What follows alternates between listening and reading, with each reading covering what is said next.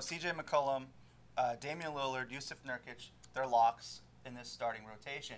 But there's a couple of positions that are up for debate on who could make a splash this upcoming season. What are you guys looking forward to as we start to put together Terry Stott's starting lineup? I'm looking forward to Carmelo Anthony. Yeah, no kidding. So we've got Carmelo Anthony at the 4 or the 3. There's still one more spot. Well, I mean, the original question when we were doing this was what position battle are we looking forward to more, the 3 or the 4, the small forward or power forward?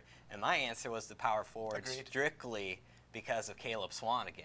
I don't know if he's going to end up getting the starting job. I highly doubt out of training camp he does. But he had such a good NBA Summer League that he's the player I want to see if he can continue this. If he can continue this in the training camp, into the preseason, and ultimately the regular season where it matters. Because, I mean, there's 3 other guys who averaged a double-double. 2 of them were Kevin Love and Blake Griffin.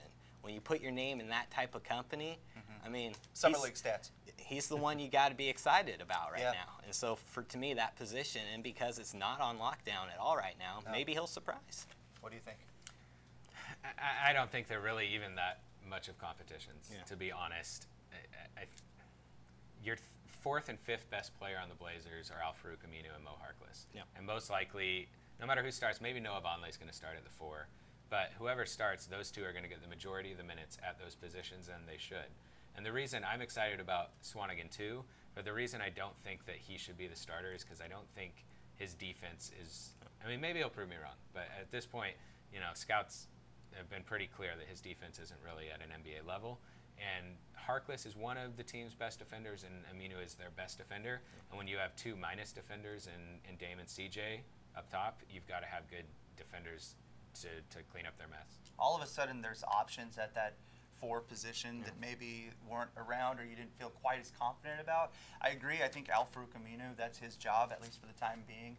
Mo Harkless has the 3 spot locked up, I think. I think it would really take him just completely declining to not have that job.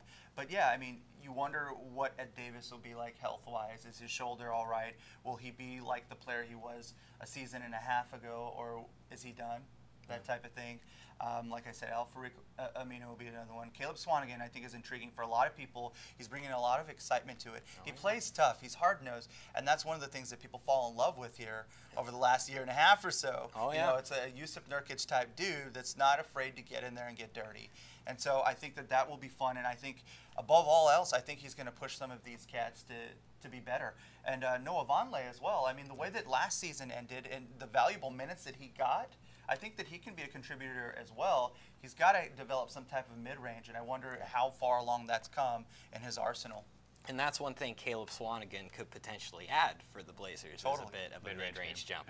And so that's something the Blazers really don't have right now. And I agree with you guys. I think to start the season, Al-Farouq Aminu at 4 and Harkless at the 3 is likely what's going to end up happening. But in terms of position battles, I think Swanigan could really push some guys out there this fall. All right, let's